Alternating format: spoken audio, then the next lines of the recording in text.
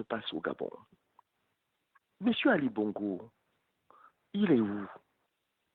Dans quelles conditions le pouvoir se trouve? Vous savez pourquoi le pouvoir au Gabon, même si on ne vous le dit pas, est affaibli? Mais parce qu'il y a une résistance qui a été faite, qui est organisée, et que nous avons un candidat que nous avons choisi qui n'a pas cédé, qu'on appelle M. Jean-Ping. Il n'a pas cédé malgré les pressions, les menaces, que ce soit à l'intérieur ou à l'extérieur. Et M. Jean-Ping, contrairement à ce que les gens racontent, a des réseaux. Il a été président de la commission de l'Union africaine. M. Bédier, il a été président de la République de Côte d'Ivoire, je crois de 93 à 99. M. Bédier a été président de l'Assemblée nationale.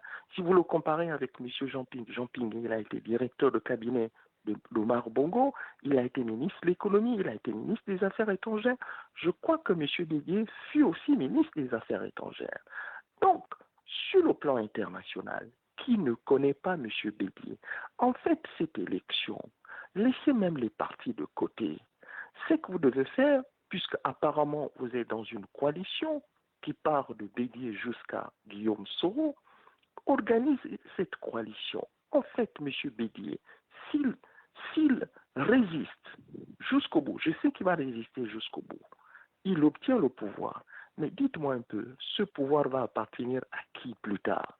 Mais à vous autres, à Guillaume Soro, comment vous appelez, M. Koulibaly, M. Billon, etc. C'est en fait, si vous voulez, Bédier, c'est l'avenir de la nation. Vous voyez, préparer en mettant un système, parce que nous avons compris que Jean-Ping, vous savez, moi, ce n'était pas une partie de plaisir, je veux vous dire, de soutenir M. Jean-Ping, mais j'ai discuté avec M. Jean-Ping, il m'a convaincu.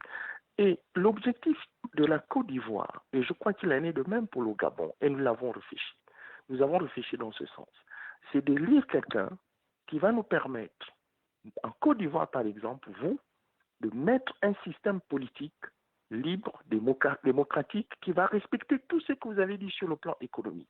Pas seulement sur 5 ans, ce sera sur 50 ans, un siècle, 2 siècles. Et c'est comme ça que les autres ont construit leur pays. Donc, arrêtez cette stratégie de prise de pouvoir dans le sens de la résistance. Parce que le docteur Alassane Ouattara, c'est qui est sûr, lui, il est partant. Mais je ne pense pas qu'il laissera son pouvoir de façon facile si vous ne résistez pas.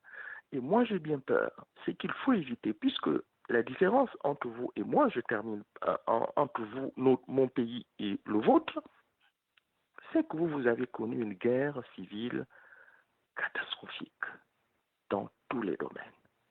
Et vous avez encore commis une erreur très grave. Vous sortez de cette crise sans organiser la réconciliation. Regardez même vraiment le conflit mondial qui a tué autant d'hommes, plus de 50 millions de morts.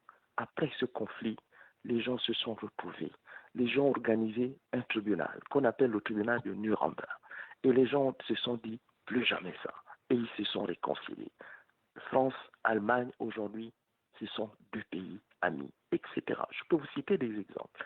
Vous avez fait le contraire. Ça veut dire que, en fait, le pays est toujours en crise. Le pays est en crise. C'est pourquoi il ne faut pas venir, chers amis, avec des analyses seulement économiques, culturelles, en disant ceci. En fait, ici, il faut dire qui sera candidat et qui va résister par rapport à ce qui va se passer. Voilà, je ne sais pas si j'ai répondu. J'essaie un peu d'être clair sans aller dans des grandes analyses, vous voyez, par rapport aux questions qui m'ont été posées. Merci, docteur Mouketou. Je pense que cela avait été dit tout à l'heure par M. Yao en début d'émission. La plateforme des partis d'opposition, des différentes plateformes des partis d'opposition ont un programme commun de gouvernance qui mettent en exergue la réconciliation, parce que nous pensons que c'est ce qui a été raté par le parti donc au pouvoir, et la réconciliation est un ingrédient tout à fait déterminant, si je peux m'exprimer ainsi, pour donc la suite de l'évolution de la Côte d'Ivoire. Il faut que les Ivoiriens se réconcilient du nord au sud, de l'est à l'ouest, et que le concept de nation donc redevienne, à l'instar de ce que le président Félix Houphouët-Boigny avait mis en place, donc redevienne la chose qu'il faille, je dirais, suivre. C'est dans cela que, à l'émission précédente, nous avons parlé peut-être de 4 points que nous avons énumérés de l'Ivoirien qui serait réellement nouveau par rapport à ce que le président Ouattara a déclaré en début de mandat en parlant de l'Ivoirien nouveau avec des concepts qui n'ont pas réellement été établis ni donc respectés. Merci de votre contribution, Dr Mouketou. Bien, je vous en prie. Voilà, nous prenons acte de ce que vous avez dit et je pense que c'est des choses qui seront réellement prises en compte. Monsieur Amani, Dr Bama voulait rebondir par rapport à la question de M. Kakina. Oui, permettez que le pasteur Aka, qui n'a pas encore réagi, d'accord, rapidement. Et puis après ça, vous allez revenir. Il n'y a pas de problème. Merci. Oui, pasteur Aka. Nous avons une petite dizaine de minutes avant la fin de l'émission. Oui. Donc, si vous voulez réagir en peut-être 2 minutes, oui, il n'y a pas de problème. Je serai très, très bref. Et je voudrais dire merci à tout le monde et merci au docteur Mouketou qui a touché le sens de mon intervention. Parce que mon intervention, j'allais le situer sur 2 points. La situation anormale dans laquelle nous sommes et la situation normale. Nous savons que nous sommes dans une situation anormale. Et si nous devons parler d'élection après le commentaire de l'écrivain M. Agueyi, malgré que rien ne réunit, celui qui peut faire front, qui est un bulldozer, c'est le président Bédié. Non seulement de par son expérience, mais aussi de sa carrure politique. Si l'opposition peut comprendre que pour remettre la Côte d'Ivoire en marche, il faut donner une chance au président Bédié, et puis on peut mettre facilement le président Gbagbo comme vice-président et le plus jeune Soro Guillaume comme premier ministre.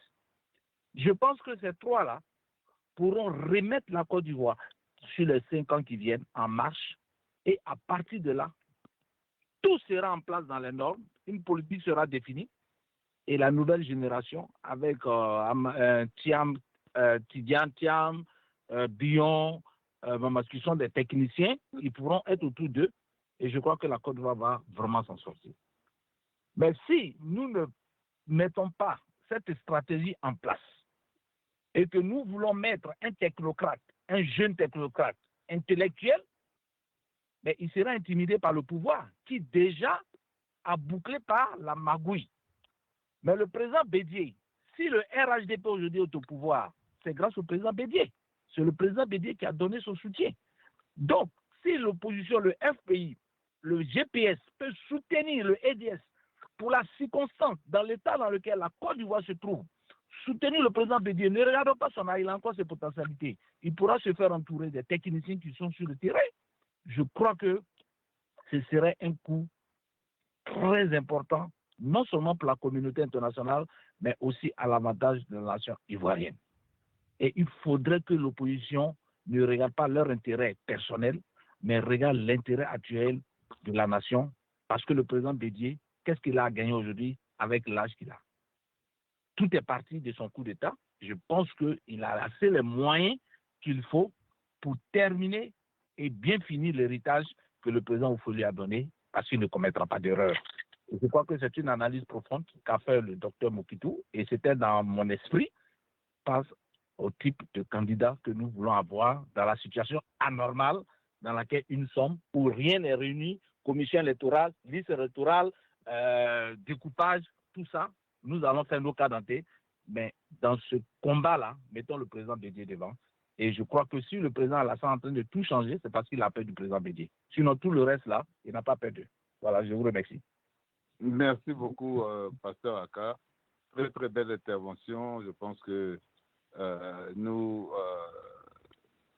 sommes d'accord avec vous que le président Bédié représente un atout tout à fait important pour l'avenir de la Côte d'Ivoire parce qu'il est la barrière. D'aucuns disaient qu'il était la cause de beaucoup des maux dont souffre la Côte d'Ivoire. Aujourd'hui, sûrement qu'il serait le remède pour la cohésion sociale en Côte d'Ivoire. Je passe directement la parole à M. Yao pour son commentaire et ensuite après M. Katina et sûrement après M. Jacques Roger. Alors, M. Yao, vous avez la parole pour faire un commentaire par rapport à ce qui a été dit du docteur Mouketou et donc du pasteur Aka. Oui, merci M. Amani.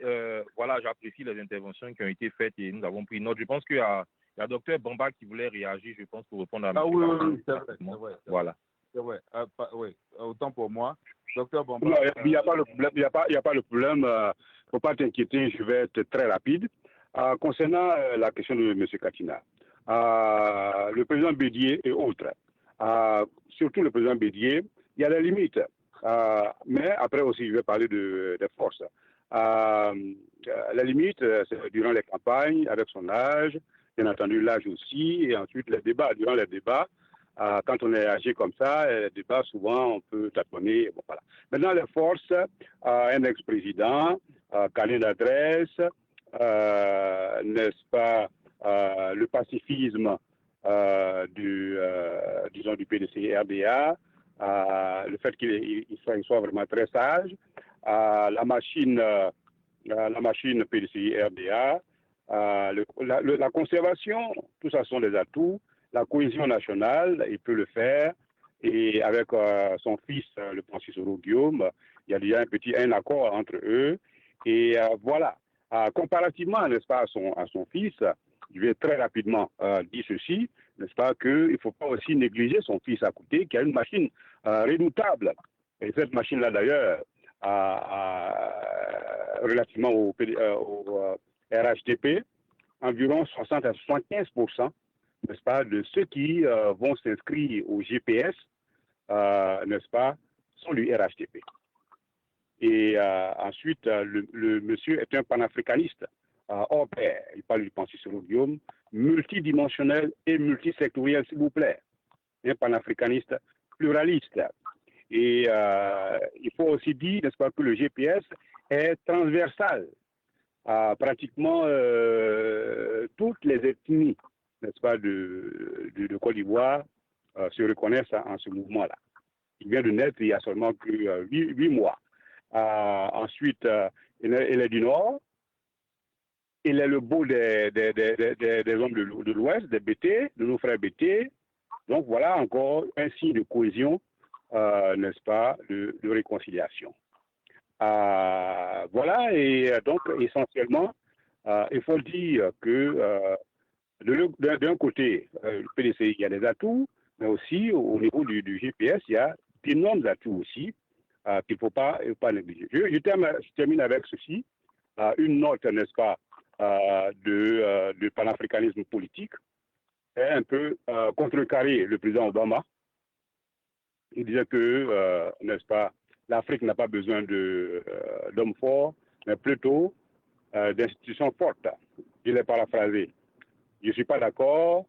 L'Afrique a besoin des hommes forts et des institutions fortes parce que ça fait partie, n'est-ce pas, de notre histoire politique. N'est-ce pas, les empereurs, la royauté, où on avait les hommes forts. Donc, dans le domaine du panafricanisme politique, c'est de ça qu'on a besoin. On a besoin les hommes forts et les institutions fortes. Voilà, merci M. Amani. Un très bon débat, une très bonne thématique. Je souhaite bonne nuit à tous et à toutes. Merci de votre intervention, Dr Bamba. Nous vous invitons à nos émissions futures, donc le jeudi prochain à partir de 20h30, pour d'autres thématiques tout aussi intéressantes. S'il plaît à Dieu et aux esprits. Merci beaucoup à vous.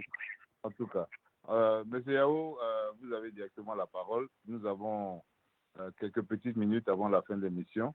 Et vous avez la parole. Allez-y.